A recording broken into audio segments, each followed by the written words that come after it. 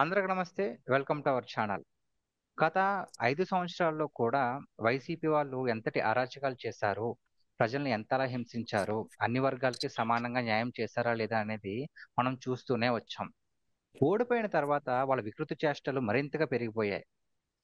అవసరం లేకుండా రైతుల్ని పరామర్శించడం, లేనిపోని నిందలు కూటమి ప్రభుత్వం మీద వేయడం.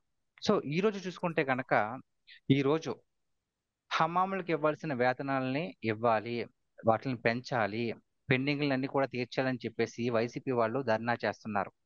సడన్ గా మరి వీళ్ళ మీద ఎందుకు ప్రేమ వచ్చింది అని చెప్పేసి దీనికి సంబంధించి ఒక వీడియో పొద్దున్న నుంచి బాగా వైరల్ అవుతుంది. ఆ వీడియో చేసింది ఎవరో కాదు, మైనారిటీస్ హక్కుల పరిరక్షణ సమితి ప్రెసిడెంట్ మహమ్మద్ ఫరీక్ షిబ్లీ గారు. ఇప్పుడు ఆయనే మనతో పాటు ఉన్నారు. సో ఆయన్ని అడిగి తెలుసుకుందాం అసలు దీని అంతటికీ కారణం ఏంటనేది. సార్ నమస్తే సార్, ఫరూక్ గారు. నమస్తే అండి. సార్ మార్నింగ్ నుంచి కూడా మీ వీడియో బాగా హల్చల్ అవుతుంది. సో అందరికీ అర్థమయ్యే విధంగా ఒక్కసారి అసలు ఏంటి, ఎందుకు మీ మీద ఎంతలా ప్రేమ సడన్ గా జగన్మోహన్ రెడ్డి గారికి పెరిగింది, దీని మీద మీ ఉద్దేశం ఏంటి చెప్పండి సార్. ఆ, ప్రేక్షకులందరికీ కూడా నమస్కారం అండి. ఇక్కడ గమనించాల్సినటువంటి అంశం ఏమిటంటే ఆ ఈ వైఎస్ జగన్మోహన్ రెడ్డి గారికి, దాని తర్వాత వైఎస్ జగన్మోహన్ రెడ్డి గారి పార్టీ వైఎస్ఆర్ కాంగ్రెస్ పార్టీకి దేనిపై కూడాను మక్కువ ఉండదండి. లేకపోతే దేనిపై కూడాను ప్రేమ అభిమానాలు, లేకపోతే మనస్ఫూర్తిగా చిత్తశుద్ధి కానివ్వండి, ఏది ఉండదు. కేవలం ఆయనకు ఉండేది ఏంటంటే ఏదో రకంగా ప్రలోభ పెట్టాలి, లేకపోతే గందరగోళం సృష్టించాలి, జనాల్లో ఒక రకమైనటువంటి ఒక అలజడి వాతావరణం తీసుకొని రావడానికి లేనిది ఉన్నట్టు, ఉంది లేనట్టుగా సృష్టించడంలో మాస్టర్స్ డిగ్రీ చేసేశారు ఆయన. కాబట్టి మీరు ఓకే. ఇక్కడ గమనించాల్సినటువంటి అంశం ఏంటంటే ఈ రోజున ఇమాం మౌజాల ధర్మాలు, ఇమాం మౌజాల ధర్మాల గురించి ఈ రోజున మీరు రోడ్డుకి ఎక్కి నేనేదో పొడి చేస్తాను అని చెప్పేసి అది ఇది అని చెప్పి మాట్లాడుతున్నారు. మళ్ళీ గత ప్రభుత్వ హయాంలో, మీ ప్రభుత్వ హయాంలో 14 నెలలు 14 నెలలు పెండింగ్ లో ఉన్నటువంటి ఇమాం మౌజాల ధర్మాలు 14 నెలలు పెండింగ్ ఉంటే ఆ రోజున మేము మాట్లాడితే మా నోళ్లు మూయిచ్చారే, మా మీద కేసులు పెట్టించారే. ఈ రోజున బయటకు వచ్చిన వాళ్ళందరిపై కేసులు పెట్టిద్దామా? పోనీ 14 నెలలు అయినాయా? కాదు కదా, కేవలం 10 నెలలు అయింది. కానీ ఆ 10 నెలల నుంచి కూడాను దాదాపు 5 నెలలు మీరు పెండింగ్ వెళ్ళినాయి, మీరు పెండింగ్ పెట్టారు. మీరు ఎన్నికల ఓకే. కన్నా ముందు మీరు పెండింగ్ పెట్టినవి ఆల్రెడీ ప్రభుత్వం మన ప్రభుత్వం అధికారంలోకి వచ్చిన తర్వాత, నారా చంద్రబాబు నాయుడు గారు అధికారంలోకి వచ్చిన తర్వాత 6 నెలలు ఇవ్వాల్సినటువంటి ఏదైతే బకాయిలు ఉన్నాయో వాటిని చెల్లించారు. మళ్ళా ఉమ్. ఇప్పుడు దాదాపు 10 నెలలు ఏదో బకాయిలు ఉన్నాయి. దాంట్లో నుంచి ఒక 4 నెలలో 5 నెలలో మీరు గత ప్రభుత్వ హయాంలో మీరు చెల్లించాల్సినటువంటి ఏదైతే ఇమాం మౌజన్ల గౌరవేతనం ఉందో, మీరు క్రిస్టియన్లకి ఇవ్వాల్సినటువంటి, క్రైస్తవుల పాస్టర్లకి ఇవ్వాల్సినటువంటి గౌరవ వేతనం ఏదైతే ఉందో మీరు అనా పైసాతో పాటు చెల్లించారు. మరి ఓకే. ముస్లింలకు ఎందుకు అని చెప్పేసి చెల్లించలేదు అని చెప్పేసి నేను ప్రశ్నలు లేవదీస్తే మీరు ఏం సమాధానం ఇస్తారు? మీ మొహాలు ఎక్కడ పెట్టుకుంటారు? అంటే ప్రశ్నలు పక్షపాతం అనేది చూపిస్తున్నారు లేవనెత్తాయి అయితే. కదండి. ఆ పక్షపాతం దీన్ని చూపిస్తున్నారు. దీన్ని దీన్నే దీన్నే ఏమంటారంటే ఉర్దూ ఉమ్. భాషలో మన ఏమంటారు, మైదరమ్మాకి మొహబ్బత్ అంటారు. మైదరమ్మాకి మొహబ్బత్ అంటే సవతి తల్లి ప్రేమ. అదే విధంగా ఓకే. ఆ బిల్లి సౌచూహే ఖాకే హచ్కు గయి అంటారు. అంటే ఆ ఉమ్. పిల్లి వచ్చేసి 100 ఎలుకల్ని తినేసి నేను పతివ్రతని, నేను నాకన్నా ప్రతివ్రత ఇంకెవరు లేరు, నేను ఇప్పుడు హజ్ యాత్రకు వెళ్తాను అని చెప్పేసి కాశీకి ఉమ్. హజ్ యాత్రకు వెళ్ళిందంట. అలా ఉంది పరిస్థితి. కాబట్టి ఉమ్. ఇవన్నీ నమ్మటానికి ఎవరు లేరండి. ఈ రోజున రాష్ట్రంలో పరిస్థితి ఏమిటి? రాష్ట్రం యొక్క ఆర్థిక వ్యవస్థని తునాతునకలు చేసినటువంటి వైఎస్ జగన్మోహన్ రెడ్డి గారు ఈ రోజున అధికారంలోకి వచ్చిన తర్వాత నారా చంద్రబాబు నాయుడు గారు ఐసీయూ కాదండి, వెంటిలేటర్ పై ఇంకా కొన ఊపిరితో ఉన్నటువంటి రాష్ట్రాన్ని దానిలో నుంచి బయటికి తీసుకొచ్చి, వెంటిలేటర్ పై నుంచి బయటికి తీసుకొచ్చి ఈ రోజున ఐసీయూ నుంచి ఇప్పుడు జనరల్ వార్డులోకి షిఫ్ట్ అయ్యే పరిస్థితి ఏర్పడుతుంది. ఈ విషయం ఎగ్జాక్ట్లీ. రాష్ట్రంలో ఉన్నటువంటి అన్ని వర్గాల ప్రజలు గమనిస్తున్నారు. అవును సార్. కాబట్టి సార్ ఇప్పుడు ఈ సార్ చెప్పండి. సార్ అంటే మీరు కూటమి ప్రభుత్వం పట్ల ఏదన్నా అసంతృప్తిగా ఉన్నారా సార్? అంటే జగన్మోహన్ రెడ్డి గారు మరి ప్రత్యేకించి వైసీపీ పార్టీ ఈ రోజు ఎంత అమితమైన ప్రేమ చూపిస్తున్నారు కదా, అంటే మీరు ఏమైనా కంప్లైంట్ చేయడం కానీ, మీ వాళ్ళు ఎవరైనా సరే ఇలాగా నిరసన వ్యక్తం చేయడం కానీ జరిగిందా? సడన్ గా ఎందుకు ఇలాగా ఈ హిమాముల గౌరవ వేతనాల పైన పడ్డారు? సార్ దీంట్లో ఒకటండి, ఇమాం మౌజన్ల గౌరవ వేతనాలు ఆల్రెడీ గత 6 నెలలు చెల్లించారు. ఇప్పుడు ఏదైతే బిల్ ఉందో ఆ బిల్ రెడీ అయ్యి ఫైనాన్స్ లో ఉంది. నేను మంత్రి ఓకే. గారితో ప్రతిరోజు కూడా నేను మాట్లాడుతున్నా, ప్రతిరోజు నేను ఫాలోఅప్ లోనే ఉన్నాను. పాపం ఆయన అయితే చేద్దాం. ఇప్పుడు ఫైనాన్స్ నుంచి చెప్పింది ఏంటంటే దీనికి ఆడిట్ చేపించి ఏదైతే ఆ, ఇది ఉందో, ఫైనల్ రిపోర్ట్ ఉందో ఆ ఫైనల్ రిపోర్ట్ సమర్పించండి అని చెప్పారు. అది జరుగుతుంది ప్రాసెస్. ఇంతలోనే వీళ్ళు ఏంటంటే ఇదేదో వీళ్ళు గొడవ చేస్తే, వీళ్ళు పోరాడి వీళ్ళు తీసుకొచ్చారు అని చెప్పేసి అది సృష్టించాలని చెప్పేసి వీళ్ళ యొక్క తాపత్రయం. కానీ వీళ్ళు ఓకే. మర్చిపోయింది ఏంటంటే ఇమాం మౌజన్లకు అసలు ఏదైతే ఈ గౌరవ వేతనం అన్న పథకము తీసుకొచ్చిందే రెండు తెలుగు రాష్ట్రాల్లో కూడా నారా చంద్రబాబు నాయుడు గారు. ఓకే. అసలు దీన్ని అమలు చేసిందే నారా చంద్రబాబు నాయుడు గారు. మరి ఉమ్, అలాంటప్పుడు ఈ రోజున మీరేదో నోటుకొచ్చినట్టు మాట్లాడితే జనాలు నమ్మటానికి ఉన్నారా? ఎందుకు నమ్ముతారు చెప్పండి? ఉమ్, ఆ మీరు పెండింగ్ ఉన్నమాట వాస్తవము, క్లియర్ అయింది అన్నమాట కూడా వాస్తవము.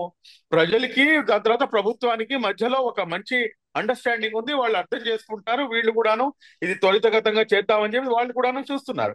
ఆహా, ఉమ్. ఇంతలోనే ఈయన వచ్చేసి మొత్తం రాతాంతం చేసేసి రచ్చ రచ్చ చేసేయాలన్నమాట. ఇది వీళ్ళ యొక్క పన్నాగం.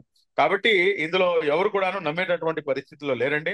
రాష్ట్రంలో ఓకే. ఏంటంటే అన్ని వర్గాల ప్రజలు కూడా, కేవలం ముస్లింలు కాదండి, అన్ని వర్గాల ప్రజలు కూడా ఏంటంటే ఉమ్, రాష్ట్రం యొక్క ఆర్థిక పరిస్థితి చూసి ఏదైతే వాగ్దానాలు ఉన్నాయో, ఏదైతే సూపర్ సిక్స్ ఉన్నాయో ఆ సూపర్ సిక్స్ అయితే 1/1 ఒక్కొక్కటి అమలు చేస్తూ వెళ్తున్నారు. ఇప్పుడు అవును. ప్రత్యేకంగా ఇంకా కొన్ని వర్గాలకు, ఇప్పుడు ఫర్ ఎగ్జాంపుల్ మైనార్టీస్ ఉన్నారు, మైనార్టీస్ కి ఎస్. చెందినటువంటి వాళ్ళకి సపరేట్ గా ఒక మేనిఫెస్టో అనేది రిలీజ్ చేశారు. దాన్ని కూడాను అమలు చేయాలి, అమలు చేస్తారు. కాస్త టైం ఉమ్, కావాలి కదండి. ఆర్థిక వ్యవస్థ ముందు పుంజుకోవాలి కదా. ఆర్థిక వ్యవస్థ అవును. పుంజుకున్న తర్వాత సూపర్ సిక్స్ హామీలు అన్ని కూడా, ఈ సూపర్ సిక్స్ హామీలో ముస్లింలు లేరండి.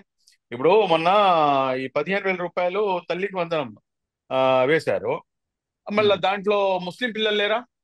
ఎందుకు లేరు సార్? ఇప్పుడు ఫ్రీ బస్ ఉంది, ఫ్రీ బస్ లో ఉమ్, ముస్లిం మహిళలు లేరా? ఉన్నారు సార్. పెన్షన్లు ఇస్తున్నారు, పెన్షన్ లో ముస్లిం మహిళలు లేరా? ఇద్దరు ఉన్నారు. ఉన్నారు. ఈ కాకుండా ఏదైతే సపరేట్ గా ఇచ్చినటువంటి వాగ్దానాలు ఏదైతే ఉన్నాయో ఆ ఉమ్, వాగ్దానాన్ని కూడాను అమలు చేయాల్సినటువంటి అవసరం ఉంది. దాని తగ్గట్టు ఏంటంటే ఆర్థిక వనరులు చేసుకున్న తర్వాత అప్పుడు అవన్నీ కూడాను అమలు అవుతాయి ఇన్షాల్లా. అప్పటి వరకు ముస్లిం సమాజం ఒకటే కాదు, రాష్ట్రంలో ఉన్నటువంటి అన్ని వర్గాల ప్రజలు కూడాను వేచి చూస్తారు. అదేవిధంగా ప్రభుత్వానికి పూర్తి సహకారాన్ని అందిస్తారు. ఇప్పుడు మీరు ఇందాక చెప్పారు కదా, సో వైసీపీ ప్రభుత్వంలో ఉన్నప్పుడు, హయాంలో ఉన్నప్పుడు చర్చిలో ఉన్న ఫాదర్లు అందరికీ కూడా ప్రతి ఒక్క రూపాయితో సహా చెల్లించారు, మాకు సరిగ్గా చెల్లించలేదు అని చెప్తున్నారు. మరి ఇప్పుడు కూటమి ప్రభుత్వం వచ్చిన తర్వాత ఏమైనా మార్పులు జరిగాయంటారా మీ పట్ల, మిమ్మల్ని చూసుకునే విధానంలో పట్ల? ఇంక్లూడింగ్ చర్చ్ ఫాదర్లకి కూడాను పేమెంట్స్ అనేది ఏదైతే గౌరవ వేతనాలు ఉన్నాయో, గౌరవ వేతనాలు రాష్ట్ర ముఖ్యమంత్రి వర్యులు నారా చంద్రబాబు నాయుడు గారు లాస్ట్ టైం అవి కూడా రిలీజ్ చేశారండి. ఇప్పుడు ఓకే. ఆ చర్చిల్ గౌరవ వేతనాలు, ఫాదర్స్ గౌరవ వేతనాలు ఏదైతే ఉన్నాయో అవి కూడా పెండింగ్ ఉన్నాయి. అంటే పెండింగ్ ఉన్నాయి అంటే ఒక 3-4 మంత్స్ ఏదో పెండింగ్ ఉంటాయి. అదే విధంగా ఇప్పుడు మన ముస్లిమ్స్ ఇమాం మౌజుల గౌరవ వేతనాలు ఏదైతే ఉన్నాయో అవి కూడాను ఒక 5-6 నెలలు ఏదో పెండింగ్ ఉన్నాయి. సారీ, 10-11 మంత్స్ ఏదో పెండింగ్ ఉన్నాయి. అవి కూడా 10-11 మంత్స్ లో నుంచి 5 నెలలు వీళ్ళు పెండింగ్ పెట్టినవి. ఓకే. కాబట్టి ఆ, అది కూడాను ఫైల్ కూడాను మూమెంట్ లో ఉంది కాబట్టి అది కూడా క్లియర్ అయిపోతుంది. అందులో ఎటువంటి అతిశయోక్తి లేదు. ఎక్కడా కూడాను ఇమాం మౌజుల గౌరవ వేతనాలు ఆపిన దాఖలాలు కానివ్వండి, లేకపోతే చర్చి ఫాదర్ల యొక్క గౌరవ వేతనాలు ఆపిన దాఖలాలు కానివ్వండి, ఎక్కడా కూడా లేవు. రాష్ట్రంలో ఒక అనిశ్చితిని క్రియేట్ చేయాలి. రాష్ట్రంలో ఏంటంటే ఆ కులపోరు, దాని తర్వాత మతపోరు తీసుకొని రావాలి అని చెప్పేసి శతవిధాలుగా కృషి చేస్తున్నారు వైఎస్ జగన్మోహన్ రెడ్డి గారు. ఓకే. ఓకే. అనేక విధాలుగా అనేక కుట్రలు పంటున్నారు.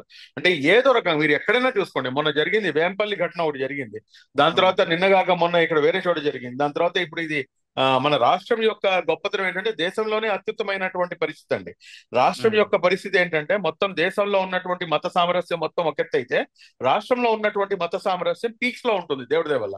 ఎందుకు? ఓకే. ఇక్కడ ఉన్నటువంటి ముఖ్యమంత్రి వర్యులు ఎవరో నారా చంద్రబాబు నాయుడు గారి యొక్క ఆలోచన తీరు, is more than a big secular person, more than a big secular person. అది చెప్పడంలో ఎటువంటి అతిశయోక్తి లేదు.